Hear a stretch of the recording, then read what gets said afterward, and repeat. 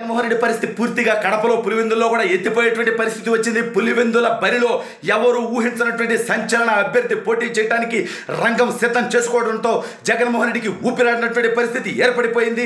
అసలు ఇంతకీ పులివెందుల బరిలో నిలవనున్నటువంటి ఆ సంచలన అభ్యర్థి ఎవరు? మరి ఇప్పుడు జగన్మోహన్ రెడ్డి ఏం చేయబోతున్నాడు? పారిపోతాడా? ఎక్కడే పోటీ చేస్తాడా?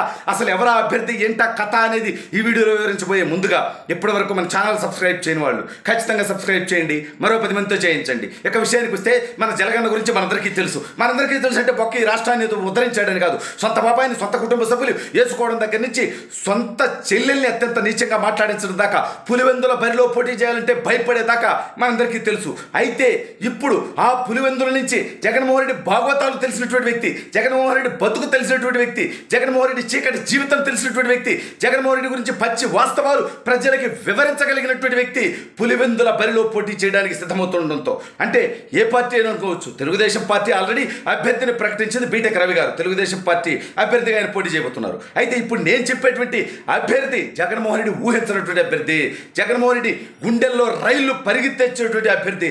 ఆ అభ్యర్థి కనుక పోటీ చేస్తే, ఆ అభ్యర్థి వాస్తవాలు మాట్లాడితే జగన్మోహన్ రెడ్డి తట్టుకునేటువంటి పరిస్థితి లేదు.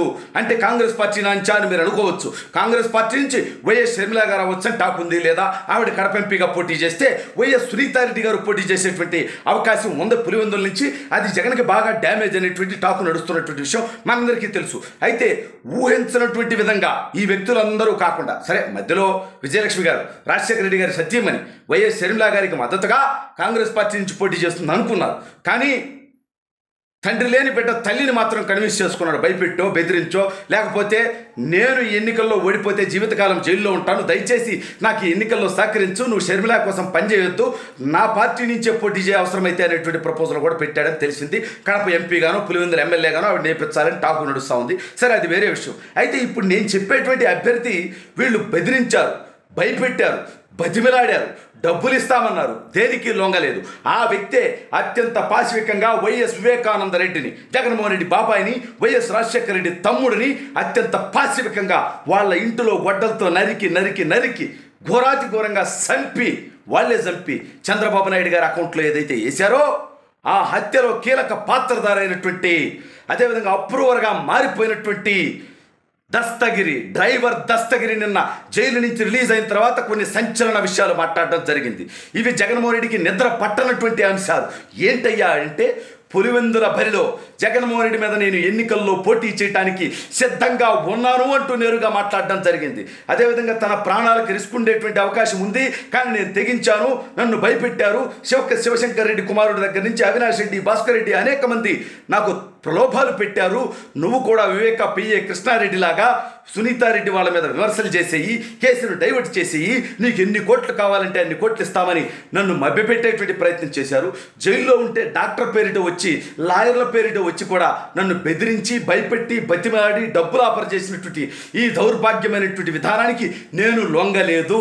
నేను నిజాన్ని చెప్పాను, నిర్భయంగా ఉంటాను, ఇకపైన నేను చెప్పినటువంటి మాట నుంచి వెనక్కి పోను, వీళ్ళు ఎన్ని బెదిరింపులకు గురి చేసినా అని చెప్పి. అరే నాయన, మీ సొంత జిల్లాలో, మీ సొంత ఊర్లో, మీ దగ్గర డ్రైవర్గా పనిచేసినోడు కొన్నటువంటి నిజాయితీ మీ కుటుంబ సభ్యులకు లేకపోవడం, ఈ విషయం పులివెందుల ప్రజలందరికీ తెలిసిపోవడం, ఈ విషయం కడపలో పూర్తి స్థాయిలో చర్చనీయాంశం అవడం, ఈ నేపథ్యంలో ఏకంగా దస్తగిరి మీద ఒక 2 ఫేక్ కేసులు పెట్టి, కిడ్నాప్ కేసు అంట, దాడి కేసు అంట, 6 నెలలుగా పాపం జైల్లో మగ్గిపోయేలా చేశారు. జైల్లోనే వేసేస్తారేమో అనేటువంటి టాక్ కూడా చాలా బలంగా వచ్చింది. బట్ అలా జరిగితే ఈ కేసు ఇంకా కాంప్లికేట్ అయిద్దని భయపడినటువంటి వీళ్ళు అతన్ని బతిమలాడారు. అంటే టైం తీసుకున్నారు అతన్ని రిక్వెస్ట్ చేయడానికి. నీకు ఎన్ని కోట్లు కావాలి, నువ్వు అప్రూవర్గా మారిపోయావు కదా, అది మళ్ళీ వెనక్కి తీసుకో, నువ్వు చెప్పిందంతా అబద్ధమని చెప్పు, నీకు మళ్ళీ యథావిధిగా చంద్రబాబు అకౌంట్లో వేసేస్తాం, లేకపోతే సునీతారెడ్డి అకౌంట్లో వేసేద్దాం, ఈ ఎత్తిని మళ్ళీ ఎలక్షన్లు వస్తున్నాయి కాబట్టి. అంటే ఆ వ్యక్తి, నేను దీని నుంచి వెనక్కి పోను, నేను చెప్పింది నిజం, ఈ వాస్తవాల మీదే నిలబడతాను, న్యాయం జరగాలి, ఖచ్చితంగా ఆ రోజు తప్పులు నా భాగస్వామ్యం కూడా ఉంది అని చెప్పి అతను నేరుగా చెప్తుండడంతో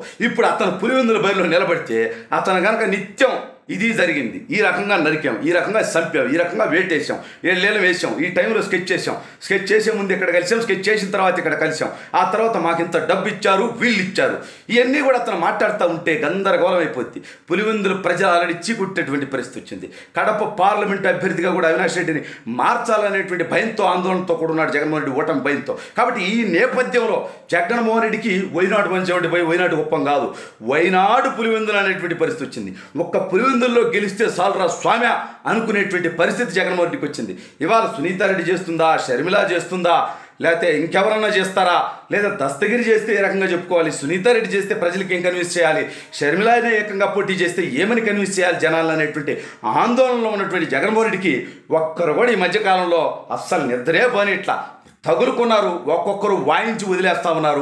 దీని నుంచి డైవర్ట్ చేయడానికి పనికి మాలినటువంటి పనులన్నీ చేస్తా ఉన్నాడు జగన్మోహన్ రెడ్డి. ఏది ఏమైనా జగన్ ఓటమి ఖాయం.